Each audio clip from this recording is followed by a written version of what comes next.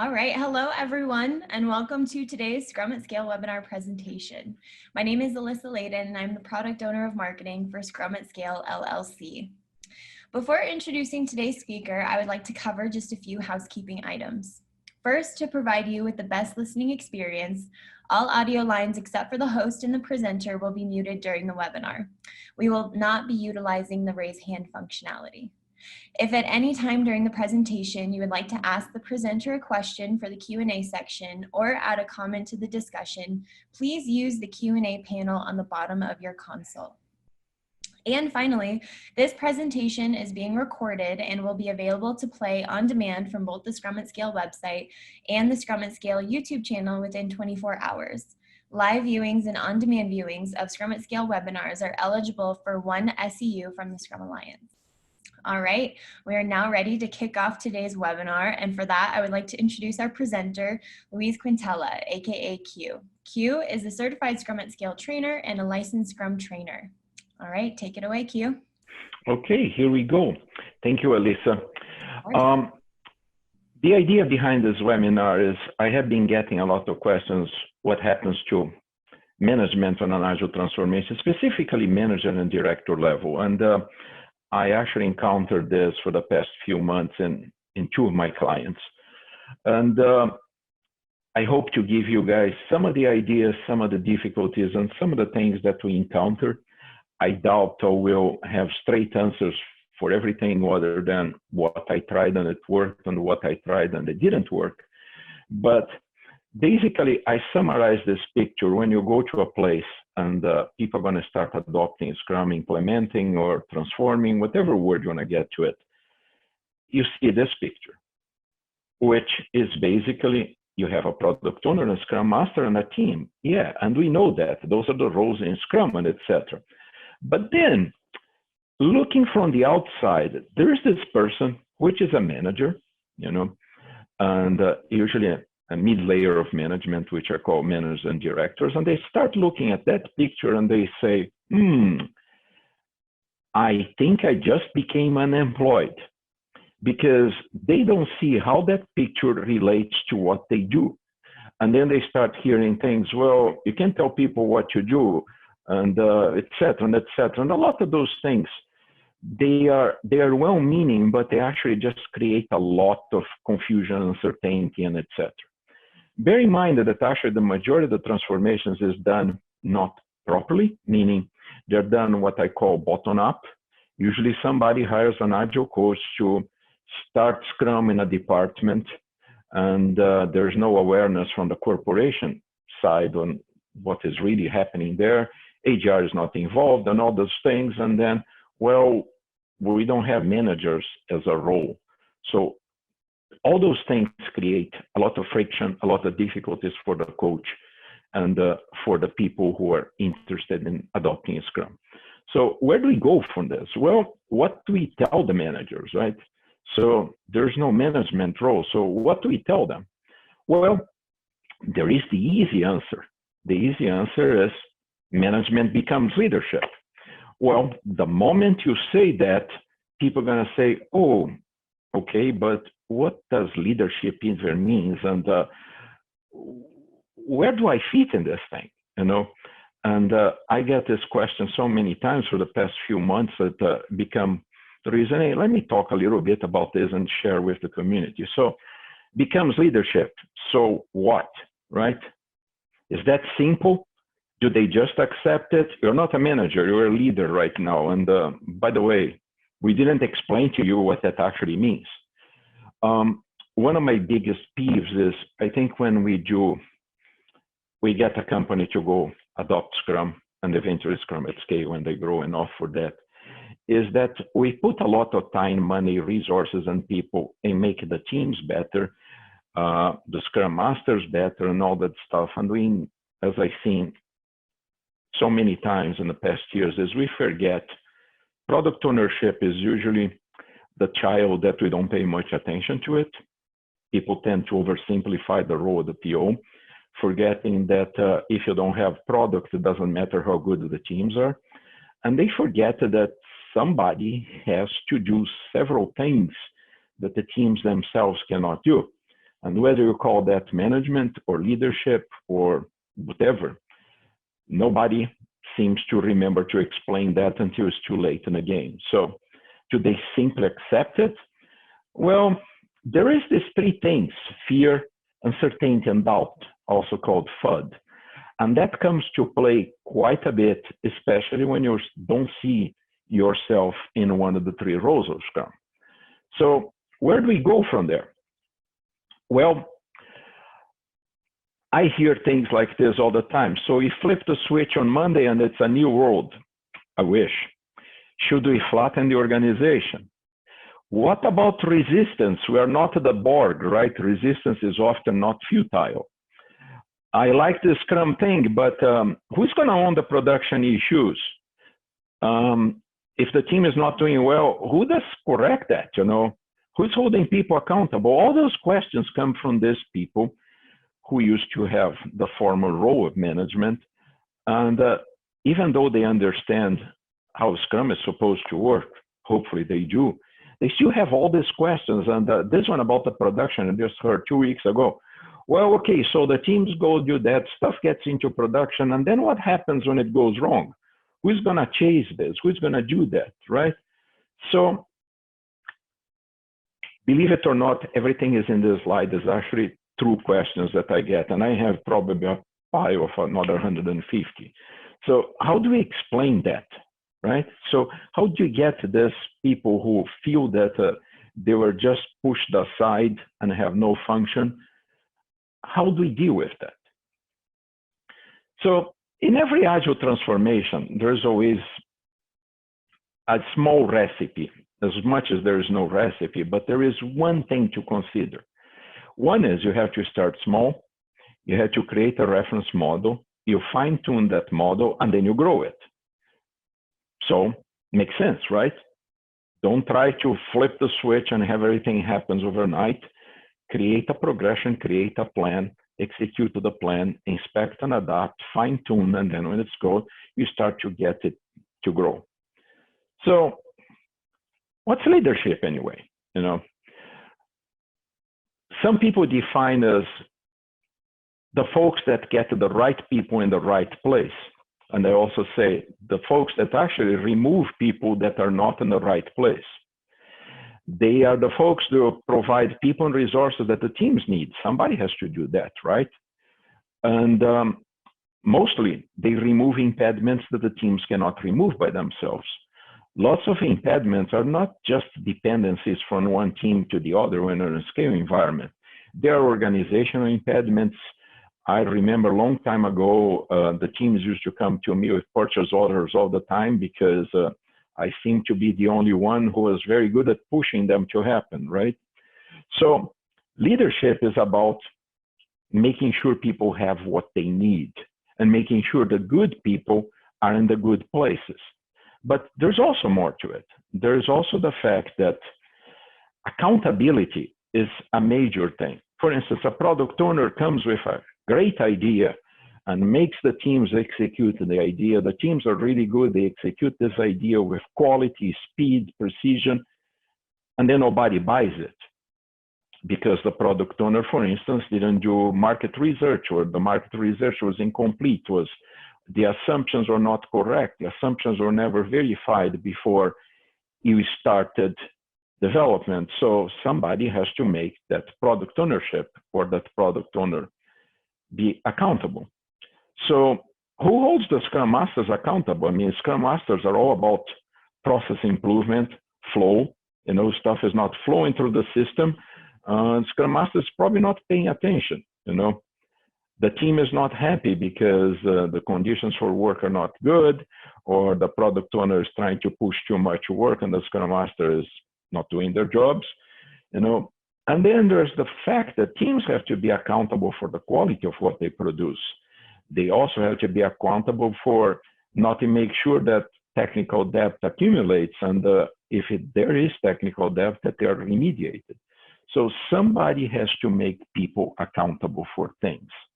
And that's the purpose of having leadership. Now, I actually read an article today in the morning where I got this quote from, actually similar quote. I tweaked it a little bit, but understand that leadership is to help people face the reality of the outcomes that they're producing. People produce outcomes, and those are going to have results, and those results is what they have to face. So a product owner who creates a product that nobody buys has to face the reality of that outcome that they created. A Scrum Master that lets a story in the board for 5 days without moving and doesn't do anything about it, including not even asking why, is not having flow through the system, and that's the outcome they're creating. A team that doesn't care about quality is creating a bad outcome. So somebody has to keep these people accountable and have to make sure that things are orderly progressing. And we always strive to get things better and better and better, but that has to also be part of the focus that somebody has to keep the teams on. So leadership is responsible too for Kaikaku and Kaizen. If you're not familiar with the two terms, Kaikaku means a revolutionary change. For instance, when you are waterfall or moving to Scrum, that's revolutionary. Then when you are in Scrum or Scrum at Scale for a while, and you start to think about improvement, evolutionary improvement, that's what we call Kaizen. We make small steps to get things better and better and better. So one is a big leap, the other one is a small step. And those things are part of leadership. Mind you, Scrum Masters are also leaders, and they should be concerned about Kaizen all the time, as much as they also have to deal with flow through the system. So leadership in many forms is just not a former manager, but leadership is a state of mind as much as Kaizen is. So there's also, when you flatten organizations, which is the ideal, the flattered organization, the less decision latency you're going to have, and things flow through the system a lot faster. So an impediment can go all the way to senior leadership if it's an organization impediment, and then be resolved and dealt and sent back to the teams quickly if you have less of a ladder to climb. You have a flatter organization. But when you flatter organization, the number of people in leadership positions, especially at the manager and director level, tends to be reduced, right? Because you have less people involved. So at that point, obviously, you're going to find some resistance because obviously people feel threatened by changes, especially when they don't understand the changes. So bear in mind that the people in those situations, they are not useless just because there's no role, formal role in Scrum for it. But they also have a lot of experience dealing with organizational problems. They deal with that quite a bit. And you should capitalize on that experience, because many times impediments that are very hard to remove are organizational impediments. Dealing with something between two teams, a dependency, for instance, is relatively simple. Get the people involved in a room to talk about it, and usually it's resolved relatively quick. And when you have organizational impediments, then things get a bit more complicated and a bit slower because they have to be dealt with outside of the team or the group of teams. Also, the folks that usually talk about what's going to happen to my job, they have a lot of knowledge that they can transfer to others. For instance, the person who asked me that question about production knows a lot to deal with emergencies in production, knows a lot of what needs to be done when you have to roll back some updates that went sour, knows a lot about load balancing and all sorts of things that involve a production system. And he can transfer that knowledge to the teams. He can act as a mentor, as a coach. There are many things that you can do that. And I had a lot of experience for the past few years of actually getting some of those folks that their positions were not pertinent in a flattened organization, that they wouldn't be useful in a flattened organization to do other things. For instance, and some went to be Scrum Masters. Some went to be Scrum or Scrum Masters, or if you want to use other frameworks names, RTEs and STEs. They have a lot of experience dealing with people. They have a lot of experience coordinating people. They fit really well on those roles. Some of them actually became product owners and product managers. It's less common. They tend to be more for the Scrum Master side, but some people like product, and they moved quite well to product ownership and product management, which are not the same thing, by the way. And so you can always reuse, recycle, take advantage of the knowledge that these people have to make them fit in a new system and help all the teams succeed and have a better product out of the door. So ideally, what you want to build is a network of teams. Now, book I always recommend is on the slide. Very great book if you want to learn how these things work and how even the army can make changes. But bear in mind that it doesn't happen overnight. It doesn't happen quickly. There is work to do. There's training work, there's coaching work, there's mentoring work, but that's the ultimate goal for you, to have less hierarchy and more networks. Which, the last time I talked about this, somebody brought up, yeah, but Q, you are trying to come with this thing called a holacracy, right? And that doesn't look good for me, because this holacracy thing, well, I don't know, right? Well, first of all, there is a confusion that a holacracy is an anarchy. It's not. Just because you have networks of teams, it doesn't mean that people are doing whatever they want. No, there has to be protocols to communicate between teams. And obviously, like in the human body, right, we have multiple systems that pretty much work independently, right? But they are coordinated by a central team, which is your brain, which has several different parts to it, which you could loosely say members of a team. And when things don't go well, the brain tells you you have to go see a doctor, you know, or you have to put more clothing on because it's cold, or take clothing off because it's warm. So a network of teams doesn't mean an anarchy. There has to be a leadership team that sees where things are not going well and take action to correct this. So if you want to learn more about holacracy, I would recommend two things. One is there's this article from Dr. Dobbs, which is about a page long, explains it quite well. And there's this book was actually suggested by Dr. Jeff Sutherland. I just got the book last week. It's an interesting book. It's out of print. It's actually by a psychiatrist called The Ghost in the Machine, which talks about how the brain work and how systems developed and etc. That would explain quite a bit of those things. So that's basically what I had to talk about. Nothing earth-shattering, no cake recipes, but some of the things what people should be aware of when they are dealing with this transition, so people can participate and you can take advantages of years of experience that somebody has that can also be very fruitful and very useful for your Scrum adoption and eventually for your scaling of Scrum. So I will yield back to Alyssa, and then we'll do a little bit of Q&A. Thank you.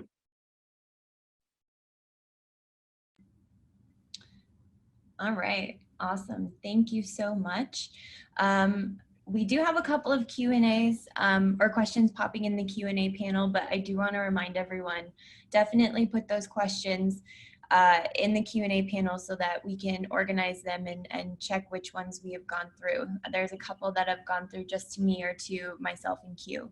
But we will kick it off with one from David. What is the leader's role in setting standards that go across teams? I think setting standards should be also, it's not so much a leadership alone thing. It's the same thing with metrics, right? It's a discussion that everybody should be participating. I think a leader of a role is ensure that standards exist, because in order for teams to communicate with each other, there are some protocols that have to be obeyed, right? Mm-hmm. And it's for the leader to ensure that the standards exist, to ensure that standards are reviewed, and the sprint boundary after the retrospectives happen at team level is a great place to actually get together and figure out what can be improved, what is working, what's not working. So facilitating the process and ensuring that the process of creating standards, has everybody involved, and also making sure that people are accountable to following that standards. Creating standards and expecting everything to run smoothly, yeah, that's great. When the teams mature, there is a tendency to run much better than when they are not mature yet. So your job as a leader is to facilitate the creation, to make sure that people are accountable to those, and to make sure that you improve on those as time goes by. Remember, Kaizen, always getting better at what you do. Absolutely, that's a great answer. An additional one, sometimes leaders are asked to become servant leaders, but that term is sometimes not very well understood. Do you have a good explanation of servant leadership, or do you have an example from your past that really sticks with you? I'm actually working on a webinar about this. Somebody asked me the same question last week. First of all, I hate the word. I couldn't come up with a better word right now, but I think the problem is the word itself, is the word servant, which people tend to get in a different context. So the explanation I normally tell is, listen, is service leadership. You are there to provide a service to your team or teams. You are there to make sure that they have what they need to get their job done. So if I'll go back to the example of the purchase orders. A few years ago, it was my first transformation, and it was a small company, well, relatively small, not that small, but relatively small compared to the one I'm at right now. But I could sign purchase orders up to a certain value. I was an Agile coach, but because those things tend to be slow, I could sign purchase orders for the developers and testers and the members up to a certain value. And they were always going after me because I knew how to get those POs through the system really quick. Mm-hmm. Even if I had to get it by hand and go to finance to get that thing out of the door. So that servant leadership, I am there as a service to the teams. On the other hand, the moment that they get, for instance, their laptops, I would personally grab their laptops, take to them, and make sure that they had them proper configured, they had everything that they needed to install, that software was not missing, and all that sort of stuff. So I had the fact to facilitate them to get their job done, but also to make sure that they actually got everything back to them. It's not only just go get the PO sign and get out of the system, right? And making sure that that was actually serving the purpose that they expected.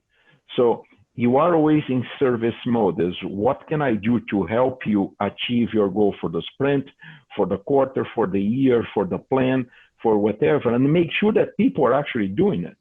Mm-hmm. You know, because just giving them the means, it doesn't mean that necessarily everybody is gonna do the job that you expect them to do. Hopefully, the majority of them do, but you never convert 100%, and you always have a problem child here and there.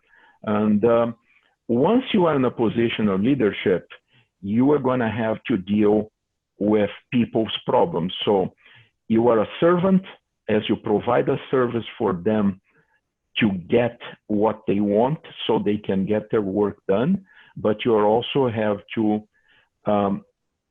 make sure they're accountable for their things. So that's how I usually explain it. If you want to explore this any further, let me know. Awesome. I love that explanation. We did have a couple of comments from Donald and Nandor while you were answering that question. They had said host leadership, popularized by Doc Norton, can be a more palatable view of the leadership needed for Agile teams versus servant leadership. I was curious if you'd ever heard of host leadership before. No, I didn't. I didn't. And there are so many things out there that's hard to keep track of everything. Yeah. But I think, you see, I always say that you can teach somebody to be a manager. You cannot really teach somebody how to be a leader. You know, I think the word is actually, if you get the word in the sense that people follow you because they believe in you, not because you are their boss or because you sign their checks or because you write their performance appraisals every year, which I hope they are banished from companies because they serve no purpose other than create some very bad behaviors like metrics that are improperly used. I think people follow you, they'll cooperate with you, they will have a common understanding of the goals that you and them have if you are transparent, if you are supportive, if you are understanding, but you also have to keep people accountable. Like I said before, you have to make them see the results of the outcomes that they create. I always say good product ownership is about outcomes, is not about output, right? If you can have a maximum impact with minimum outcome, it's great. It's no different when you are a leader. It's about the outcomes that people create and the outcomes that you help them create. They will believe in you, follow you, if you have sort of their proverbial backs, which for me is what servant leadership is all about. You are there to help your people, to grow your people, to support your people. And people can tell when you are just saying this or when you are actually acting to make that happen. So that's the big difference for me. Whatever you want to call it, I don't know, there's so many names, right? Absolutely. Yes, it definitely comes back down to the actions taken. All right. We have an additional one. In your experience, have you engaged HR professionals to help employees transition into new roles? Or is that an opportunity for managers or leaders in the company to take on themselves? Honestly, you're going to be surprised. One of my best, actually a lot of people get surprised. One of my best transformations was with HR. Oh. We actually had HR in this particular company was responsible for their internal website. So the IT organization there was a bit dysfunctional, to say the least. So HR had their own teams and etc. And we went from very basic Scrum to having 5 teams in Scrum at scale, doing EAT with their EMS and etc. in about 3.5 months. Wow. And from there, we actually went to marketing after that, which also went really well with Scrum. So in that case, the beauty of the system is when some parts of IT finally start to transition, they actually used HR as the reference model. So contrary to popular belief, there are some HR folks, at least the ones I always worked with, they get Agile actually quite well and the Scrum quite well, and they're actually the best advocates to help managers transition, people transition, etc. What I think it doesn't work really well in transformations is people forget HR. Yeah. You know, and I made this mistake, you know, the first time I did a transformation, nobody talked to HR about anything. Oh, we need to hire a Scrum Master. What? You know, so, and then we had to go explain, and then we had to do a job description, and they changed the job description because they didn't understand it, and all those things. So yes, by all means, approach HR. A lot of them are great people. They are there to help you, and with their help, you will be much more successful and a lot quicker, which doesn't mean you shouldn't take upon yourself to also facilitate the transition of other people, right? I always say this. I was teaching a class last week for product owners, and I asked them, so what happens if you see a card on the board that's not moving? And then I heard, well, I'm going to talk to the Scrum Master. I said, wait a minute. I understand that flow is part of the Scrum Master's job responsibility, but listen, you are part of the team. Is on the daily stand-up. You are there every day, aren't you? Why don't you ask, why is that card not moving? It's the same situation. Instead of relying on HR alone to do this, by all means, go help the process, but involve them as early as possible, because in the end, it all comes to HR, right? Absolutely. Oh, absolutely. And they are much more happy when they are involved from the beginning. Absolutely. Rather than when something goes wrong. Absolutely. All right, awesome. We have one from Stefan. You were talking about transformation from bottom to top. What do you think is the most powerful message to senior leadership to actually start the whole company Agile transformation, considering that Scrum and Kanban methods are working quite well on development levels? You see, they work quite well at development levels. However, I had the situation a few times. I had teams that every 2 weeks had stuff to go into production, and sometimes would take 5 to 6 weeks to put in production. And why is that? Well, because the rest of the organization didn't understand Scrum. Oh, but it works so well in development. Well, if it works so well in development, why do we have to manually expect people to rubber stamp stuff, for instance, to go into production? So what I did was basically to collect data and to prove with data that they created a bottleneck, and it was working really well. Now, when I say bottom transformations are complicated, it's exactly because of this, because people at senior leadership level, they don't really understand. Well, there is this Scrum thing in there, and then coaches come to me and say, Q, I keep telling them that works really well. I said, what data did you collect? Did you collect data before to see how long it would take for something to go from idea to product, from concept to cash? I collect, that is one of the metrics I collect all the time. You have something that took 120 days to go from concept to cash before Scrum, and now takes 30. That's the kind of data that will convince them that will work outside in other places, right? That it's the same thing. Now, of the 8 transformations I got involved, unfortunately, only 2.5 were from the top down. A lot of them were from the bottom up, which is more common. And it's not necessarily always it starts in IT, but it always starts in a department. And I think people overall do not do a very good job at doing propaganda.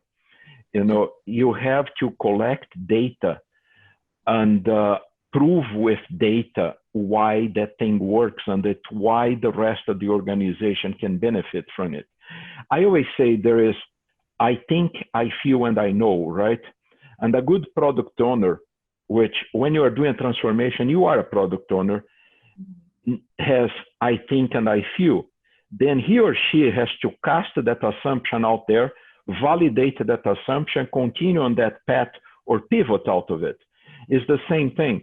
If you want to prove to senior leadership that will work on the rest of the organization because it works so well in IT, where is the quantification that it worked so well in IT? Oh, everybody's happy. Well, that doesn't mean anything, right? I mean, it means for the people in the department, but for the executive is, we used to do this in 6 months and now we do in 1 month, and the quality actually went up. I remember my first transformation. One day, one of the VPs mentioned this to me, said, Q, I don't see anybody here past 4 p.m. and I don't even remember the last time I saw a person on the weekend here. And we are always delivering stuff on time. That was the whole point, right? But I had data to show this. how many hours were being burned before, how many hours were being burned after. We didn't estimate in hours. Please don't do that. I meant after the fact, right? After the fact. And I could substantiate. So suddenly people got interested. Oh, perhaps we can use this outside of IT, which was the case there. And in other places where it was not IT, well, perhaps we can take this to IT, which was the case where I started with HR. So data is your best friend. Amazon is very efficient because they gather data and they use that data to their advantage. You know, mind you, I'm not talking about the Ring doorbell because that's a whole different story, but data is your friend. So go there with things to substantiate. You are a product owner in that case, and product owners have to collect evidence so they can prove there is ROI, there is return on investment. Transformations are exactly the same. Absolutely. That's an awesome response.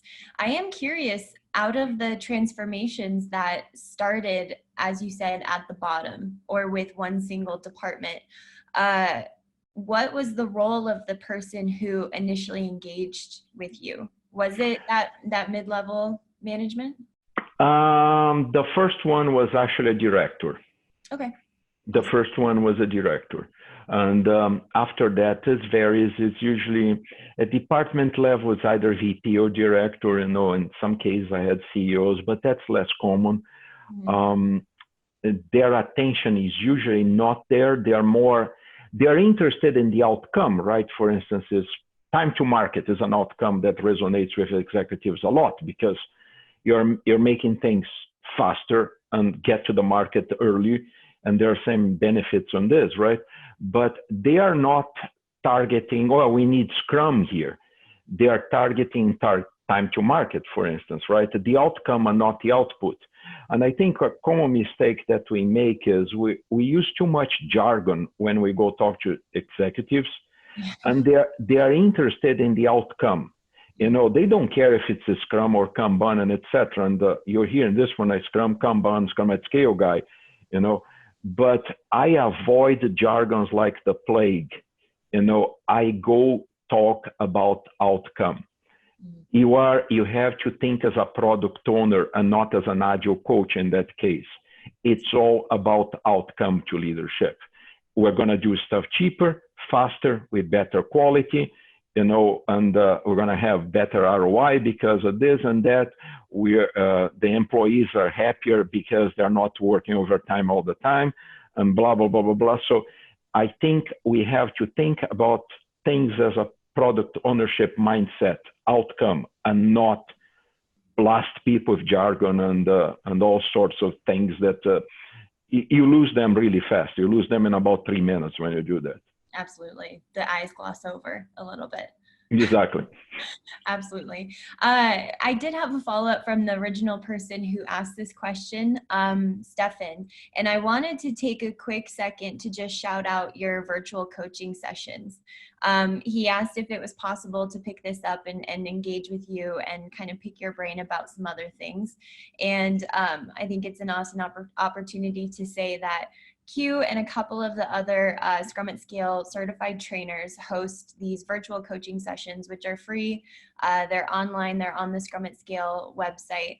And I don't want to, spoil anything, so stop me, Q, if I'm going to. No, that's it. I mean, the slide is on, it's right now, right, about the online sessions.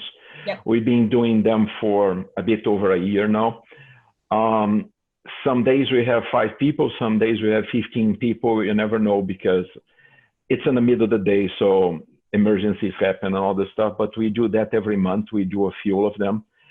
They are in English, and there is one session a month in German. We just started doing that. We may do in more languages if people ask. We have plenty of people who speak multiple languages in our community of trainers. So it's a great opportunity to, hey, Q, I want to bounce this idea. And during the webinar, you only had 2 minutes to answer it. Yep. So come, we have an hour to talk about that. Yep, absolutely. All right. And it looks like we only have about 4 minutes left. So we'll do one more question. And I thought this one was pretty interesting. It came through on the chat. Have you done any formal training in change management or other facilitation tools to help mid-layer management through the emotional aspects of an agile transformation? I've been working on a class.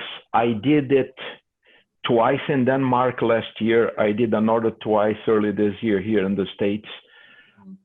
It's not out yet in public. I only done it as a private class. And yes, I teach a lot of things like, how you're going to deal with change and what can you do and how you're going to talk about change to your teams and how you yourself is going to deal with that. I done it as a 1 day and as a 2 day. It doesn't have a formal name right now. It's something I want to bring to public later this year. But if you are interested to do as a private class, ping me. I mean, you can find me on LinkedIn and send me a private message. We can do that, which I would actually appreciate because I am tweaking it as I should do another one next month as private too. I'm not ready to take it public yet because it needs some tweaking. But if you're interested in discussing this or etc., find me on LinkedIn, ping me on a message, and we can discuss this further. Awesome. Perfect. All right. We do have one more and we have about 2 minutes. So I'll throw it at you. Okay. Where do you think the PMI-ACP, which is the Agile Certified Practitioner certification from the Project Management Institute, where does that fall in a Scrum team? And how do you deal with this kind of certification heavy industry? Some teams thinking that they don't have a place in an agile transformation if they don't see their role exactly replicated. First of all, I'm not familiar with the PMI certification, so I would be thinking about stuff that I don't know. Second, I don't believe in certifications. I have so many that I stopped putting them on my signature line because I was already getting to line number 3. Does that mean I know anything? Well, not necessarily. What counts is your experience. And I had many people who were PMPs, which I'm a bit more familiar with that. And there are all sorts of jokes. All these people do is check boxes and all that stuff. They don't get agile and etc. They do once you explain to them. Yeah. Now the fact that the industry made such a nightmarish scenario of everybody having to be certified, I have no control over. But I would tell people, don't get too worried that your certification does not really match one of the roles of Scrum. When I hire people and people that I know hire people, they interview you and they want to know what you know, because it doesn't matter how many letters you have after your name. If I ask you a question, hey, why is that card is not moving on the board and you can't explain to me how you're going to deal with that? I don't really care if you're a CSM, LSM, or whatever. You don't understand flow. If you don't know that large user stories don't flow well through the system and they should be smaller, you don't know a principle of lean that's called small batches. I don't care what certification you have. So I would tell to people, I wouldn't be overly concerned with this. Unfortunately, you're probably going to have to get some certification of some sort that says Agile or Scrum in it. But in the end, comes down with your knowledge, your experience, and expertise, And if you don't know how to troubleshoot stuff, you're probably not going to be a good Scrum Master, And that doesn't matter what certification you have. But again, I'm not familiar with that particular one. I'm sorry. Awesome. All right. Well, it is right at the end of our time box. So I think that we are ready to wrap everything up. Q, did you have any final words, anything you wanted to promote last minute? No, honestly, the free sessions, I would make a point, guys, to come. We published the March ones and I always put them on my LinkedIn feed too. So take advantage of that. There will be actually a couple more coming in April. We're going to do the same thing under the Licensed Scrum Trainer program.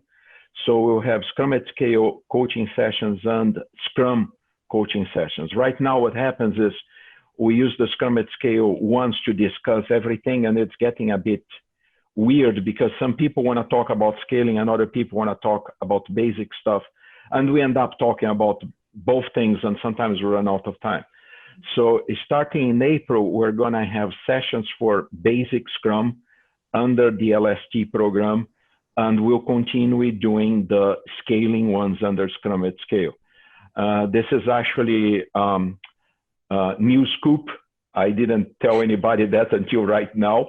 We're still working out the details. Jessica's going to kill me that I announced too early. But in the meantime, come to the Scrum at Scale ones. Follow up my LinkedIn feed. I always announce these things in there. If you want to chat with me, come to the sessions or ping me on LinkedIn. If I have time, I'll do what I can on a message, and we'll get things figured out. And I thank everybody for coming, and listening to my diatribes about management. Thank you. Awesome. All right. Thank you, everyone. Have a good day. Bye, guys.